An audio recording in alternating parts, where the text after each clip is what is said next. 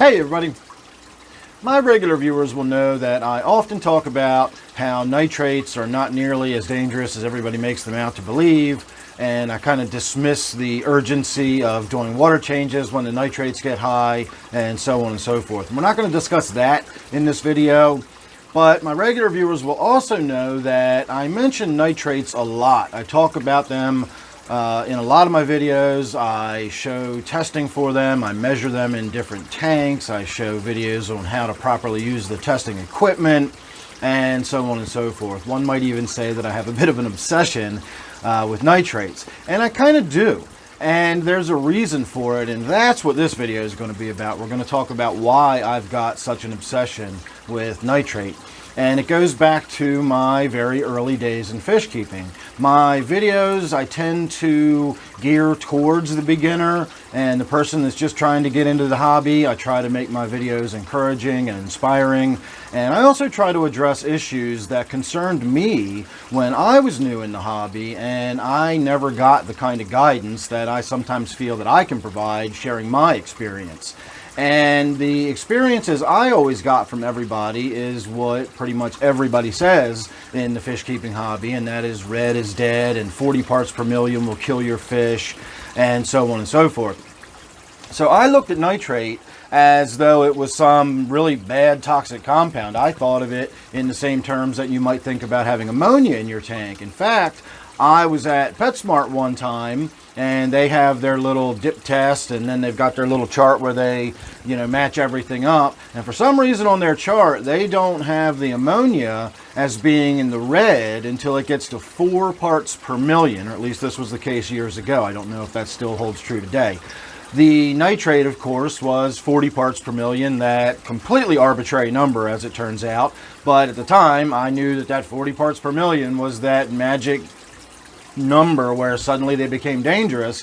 And this employee actually told this person after checking their water that you've only got 2 parts per million ammonia, so you're not near the danger zone yet, but your nitrates are getting kind of high. It's almost at 40 parts per million. So I'd really recommend going home and doing a water change and getting those nitrates down. Now, at the end of the day, the person went home and did a water change, and that reduced the ammonia. But the advice was, don't worry about the ammonia that you've got in your tank. You should be much more concerned about the nitrate.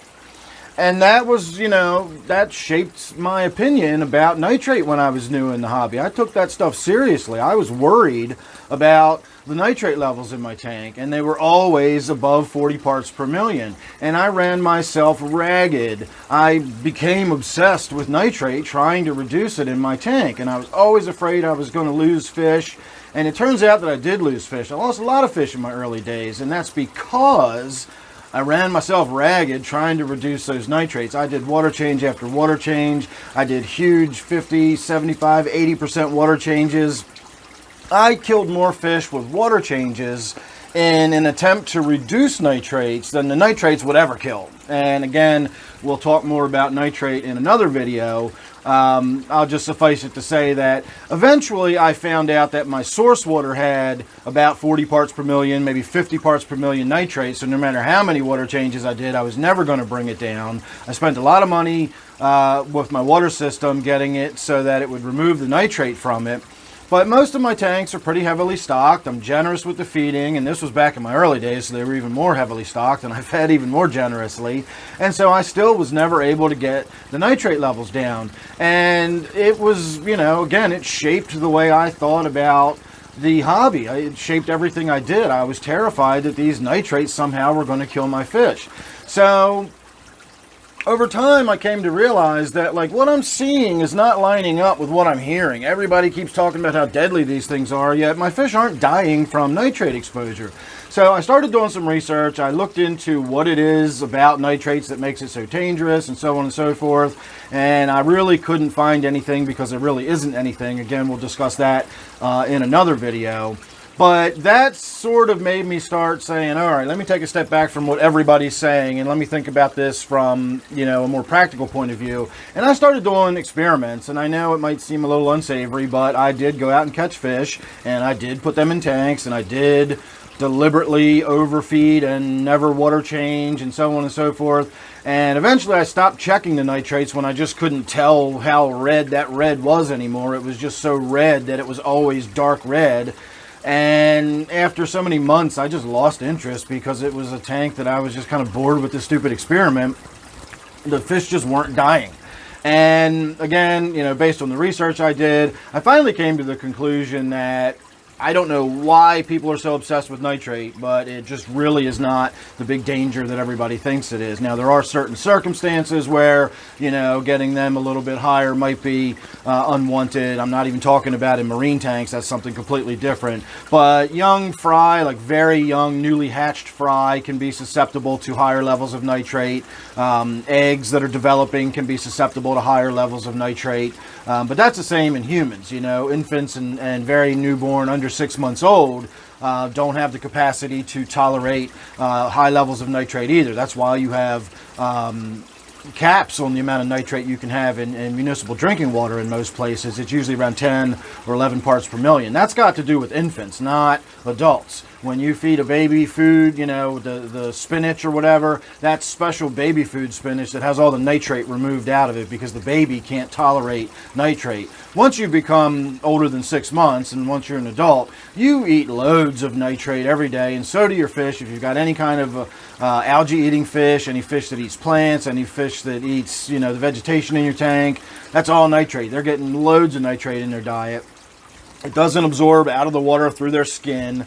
So, you know, the nitrates do affect your tank. I'm not saying that they don't. They affect the osmoregulation in your fish. They affect the algal growth. They affect the total dissolved solids, which is also can be thought of as the permanent hardness in the tank. And so they do have an impact on the tank. It's just the idea that that there's some toxicity to them that kills your fish isn't true. Ammonia, yes, you can look up what does ammonia do to your fish, and you can find out exactly how ammonia kills your fish. Same thing with nitrates. You're not going to find what nitrates do to your fish because it doesn't really do anything to your fish. But it is a good proxy to go by. I've talked about that a million times in my other videos. You can see how as the nitrates are building up in your tank, so are other things. And so when that level starts getting up there, it's probably time to do a water change. But this fear of that red is dead and all that stuff that you hear so often from so many people just simply is not true. Your fish are not going to die at 40 parts per million, and they're especially not going to die if they've already been living at 30 parts per million, and there's no magic line where something happens at 40 parts per million or anything like this. So again, I'm not saying neglect your tank in any way, and I'm not saying just ignore nitrates in your tank as though it's completely inconsequential. That's not what I'm saying either. I'm simply saying that if you've got 1 part per million ammonia in your tank, you should be concerned and you should be doing something about it. If you've got 50 parts per million nitrate in your tank, you know, do a water change when you get around to it or whatever, but it's nothing you need to be concerned about. Your fish are not in any imminent danger by being in 50, 60 parts per million nitrates. It's something you probably want to bring down for overall tank maintenance reasons, but your fish are not in imminent danger when it gets above 40 parts per million. Ammonia, yes, do a water change right now. Stop what you're doing. If you got a cab out front waiting, just tell them they're going to have to wait because you need to do a water change right now. Nitrates, it's just not like that. You don't have to worry about that. But that is why I talk about that so much, which was the whole point of this video, is that it shaped so much of my early fish keeping that I can only assume it must shape other people's too, because when you get in the hobby, you look at these people who have these magnificent looking tanks. There's not a speck of anything anywhere, not a rock out of place, not a leaf out of place, nothing, you know. The kind of tanks that apparently everybody expects me to have all the time, or I'm not a professional if I don't have tanks like that. But that's my point exactly, is people look at tanks like that and say, oh, this person really knows what they're talking about. And then that person spews some stuff about how your fish are going to die. You know, a new beginner is going to take that seriously because look at this person's tank. They clearly know what they're talking about or whatever. And it's not true. Your fish are not going to die suddenly at 40 parts per million. And if anybody has any science out there that Challenge is what I'm saying. I would love to see it. I always put this in every single video. I talk about nitrate. If you've got the science, please show it to me. And I'm not talking about what everybody says, and I'm not talking about all these studies that seem to indicate, or, you know, this vague whatever, or that vague whatever. I've read a million studies like that. I want to see some science that says this is what nitrate does to a fish, and this is why it kills it. And so far, it doesn't exist. It's just not out there. So that's where my obsession with the nitrate comes from. And again, I know I keep saying I'm going to do this, but I really don't want to do it because I don't even want to think about the comments I'm going to get under this video. So if I sit down and spend 40 minutes talking about everything I can think of with nitrate, which I could easily spend 40 minutes talking about all that stuff, again, I don't even want to hear the comments and stuff that I'll be getting after that video. But someday when I'm in the right mood, I will sit down and shoot it. So hang in there. Make sure you're subscribed. You never know what you're going to get from me. And hopefully I will be doing something a little more interesting here in the near future. So thanks again for watching.